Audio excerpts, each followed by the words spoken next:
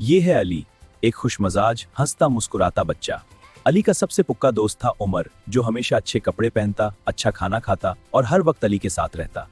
दोनों रोज साथ स्कूल आते, साथ खेलते और साथ घर जाते। अली भाई रुको रुको, देखो आज मैंने नए जूते पहने हैं, कैसे लग रहे हैं? वाह उमर, बहुत अच्छे हैं। चलो जल्दी, उस्ताद जी आ जाएंगे। हाँ हाँ, आज मेरी अम्मी ने टिफिन में समोसे भेजे हैं, आधे तुम्हारे। अगले दिन उस्ताद जी ने एक बड़ा ऐलान किया, जिससे अली का दिल बैठ गया। आज हम एक बड़ा हिसाब का इम्तिहान लेंगे, तैयार हो जाओ।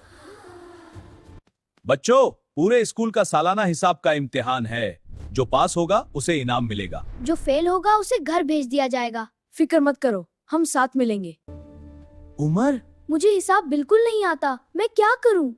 फिक्र मत करो यार, मैं हूं ना, मैं पढ़ा दूंगा आज शाम को। अली अपनी किताबें लेकर उमर के घर पहुंच गया, लेकिन जो उसने देखा उसने उसका दिल तोड़ दिया। उमर, मैं आ गया पढ़ने के लिए, क्या याद है ना? अली देखो, आज मेरे चचा आए हुए हैं, सिर्फ 1 घंटा। सूर्य याद, अगली बार पुक्का। अली भाई, क्या हुआ, इतने उदास क्यों हो? बिलाल, कल इम्तिहान है, मुझे हिसाब नहीं आता।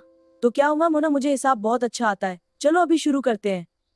लेकिन बिलाल, तुम खाना नहीं खाया होगा अभी। खाना बाद में हो जाएगा, पहले दोस्त का काम। और फिर दोनों दोस्त पूरी रात पढ़ते रहे।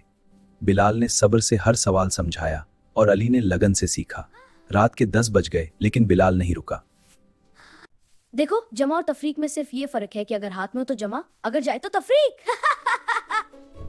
ओह, अब समझ आया। बिल्कुल सही। अली, तुम तो बहुत ज़हीन हो, बस मेहनत की जरूरत थी। अगले दिन इम्तिहान हुआ और अली ने हर सवाल हल कर दिया। उस्ताद जी ने अली को इनाम दिया और अली की आंखों में खुशी के आंसू आ गए। उस्ताद जी ने बच्चों को दरख्त के नीचे बुलाया और एक ऐसी बात कही जो अली कभी नहीं भूला। और इस दिन से अली ने जान लिया कि सच्चा दोस्त वो है जो मुश्किल वक्त में साथ खड़ा रहे।